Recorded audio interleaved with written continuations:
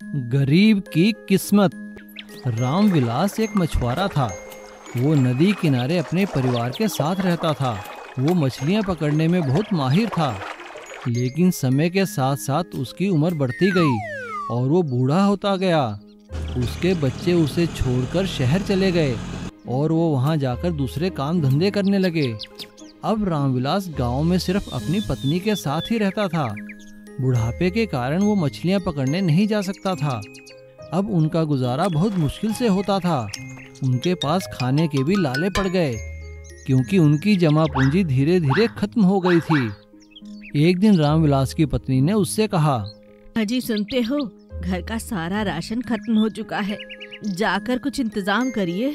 हाँ भगवान, जाता हूँ, कुछ करता हूँ, मांग कर लाता हूँ किसी से, या हिम्मत करके मछलियाँ ही पकड़ने जाता हूँ।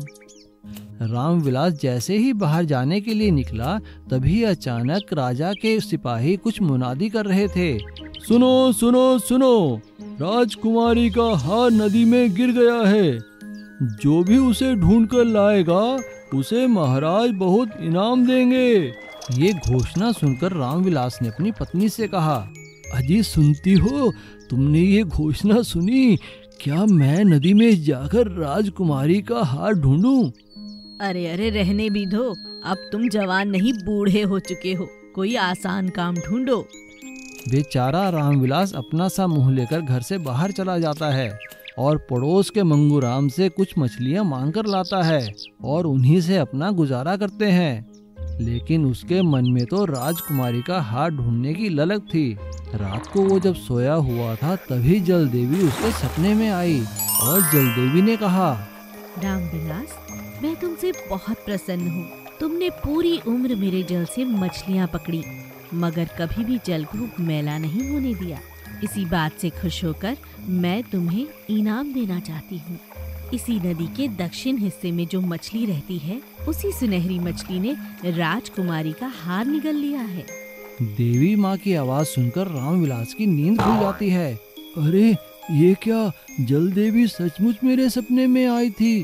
ठीक है, मैं जाकर नदी के दक्षिणी हिस्से से सुनहरी मछली को पकड़ता हूँ और हार राजकुमारी को दे दूंगा।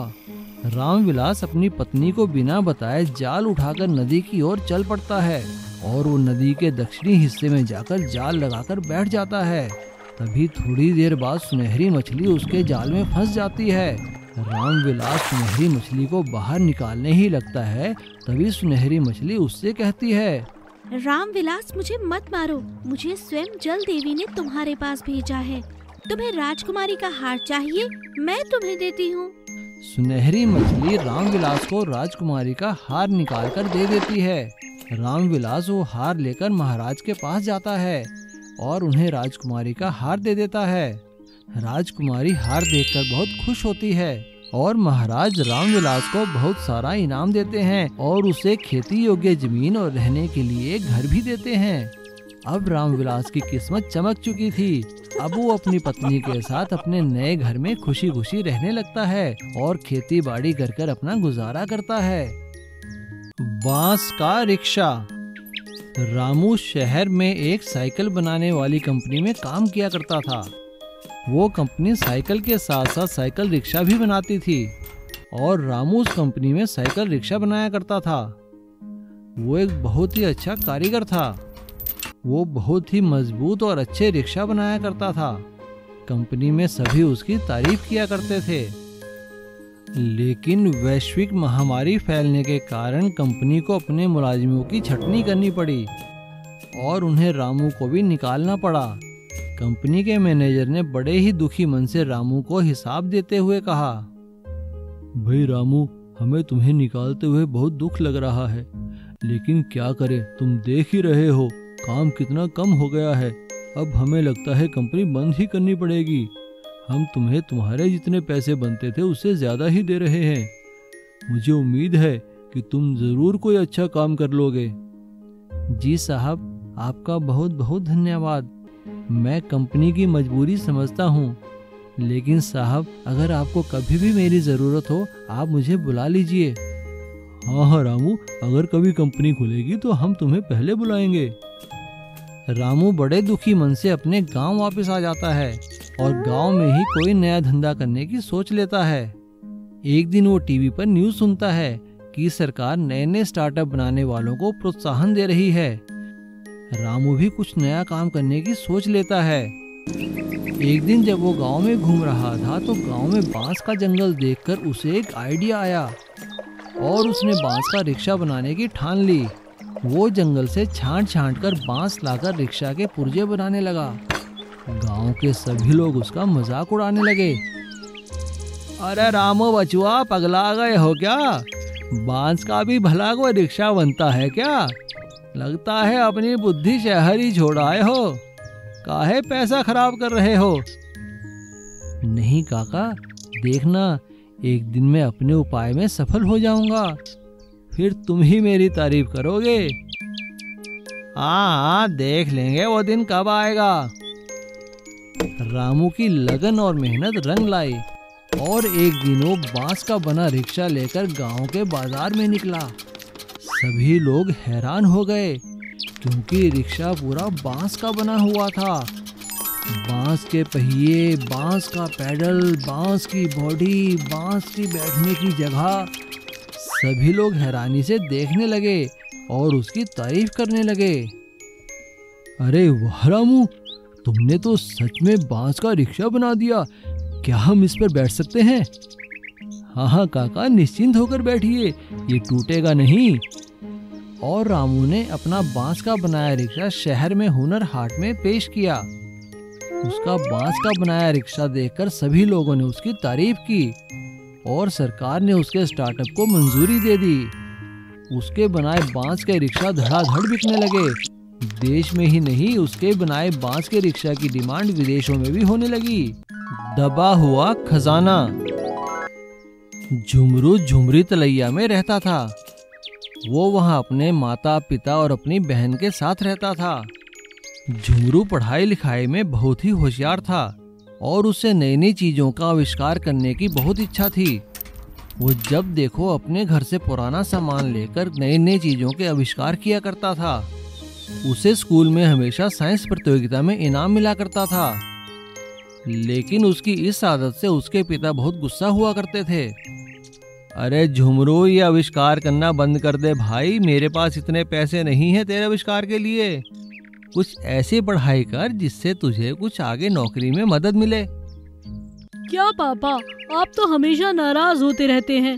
देख लेना, एक दिन ऐसा आविष्कार करूंगा कि आपका सर गर्व से ऊंचा हो जाएगा और खूब पैसे मिलेंगे। बिल्कुल ऐसा ही होगा। मेरा बच्चा कितनी मेहनत करता है, आप तो इसे ऐसे ही कहते रहते हैं। आजकल के बच्चे बहुत समझदार हैं। देख लेना, ये एक दिन जो कह रहा है करके ही दिखाएगा। एक दिन जब झुमरू स्कूल से वापस आता है तो वो देखता है कि उसके गांव के तालाब के पास बहुत सारे लोग इकट्ठा हुए थे।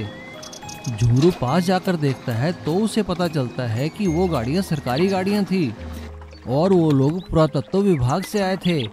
वे यहाँ छानबीन करने आए थे ताकि उन्हें तालाब के नीचे दबे हुए किले के बारे में पता चल सके, जिसके बारे में माना जाता है कि उसमें बहुत सारा खजाना था।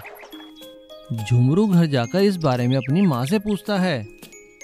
माँ, क्या ये बात सच है कि हमारे गांव के तालाब के नीचे एक खजाना छुपा हुआ है? वो कोई पुराना किला है?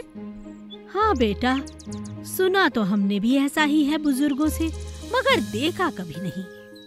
माँ तू देख लेना, ये खजाना एक दिन मैं ही निकाल कर दिखाऊंगा। ये बात सुनकर उसके पिता हंसते हुए कहते हैं, हाँ बेटा, जो काम बड़े बड़े ऑफिसर ना कर सके वो काम तुम करोगे। ठीक है, लगे रहो। झुमरू बड़ी लगन से खजाना ढूंढने के लिए कोई तरकीब लगाने लगता है और वो एक दिन ऐसी मशीन बनाता है जो पानी और जमीन के नीचे दबे हुई किसी भी धातु के बारे में पता लगा सकती थी। वो अपनी मशीन को लेकर तालाब के पास घूमने लगता है। तभी अचानक एक जगह जाकर उसकी मशीन आवाज करने लगती है। अपनी मशीन के संकेत देखकर झुमरू खुश होकर घर आता है और वो सारी बात अपनी माँ को बताता है। उसकी माँ झुमरू को लेकर गांव के सरपंच के पास जाती है। उनकी बात सुनकर गांव के सरपंच कहते हैं, बेटा झुमरू, अगर तुम्हारी ये बात सही निकली तब तो हमारे गांव के दिन बदल जाएंगे। गांव के सभी लोग मिलकर तालाब के नीचे खुदाई करते हैं और काफी गहराई तक खुदाई करने के बाद उन्हें किले के बारे में पता लग जाता है। किला और खजाना मिलने के बाद गांव के सरपंच सरकारी पुरातत्व विभाग के लोगों को सूचना देते हैं। सरकार किले और सारे खजाने पर कब्जा कर लेती है, लेकिन वो गांव की भलाई के लिए काफी पैसा देती है और साथ में झुमरू और उसके परिवार को एक बड़ा इनाम दिया जाता है। इनाम मिलने के बाद झुमरू खुश होकर अपने पापा से कहता है, देखा पापा, मैंने तो कहा ही था कि पैसे भी आएंगे और नाम भी रोशन करूंगा आप दोनों का। हाँ बेटा, आज मैं बहुत खुश हूँ कि तूने मुझे गलत साबित किया। बस ऐसे ही पढ़ो और जिंदगी में आगे बढ़ो।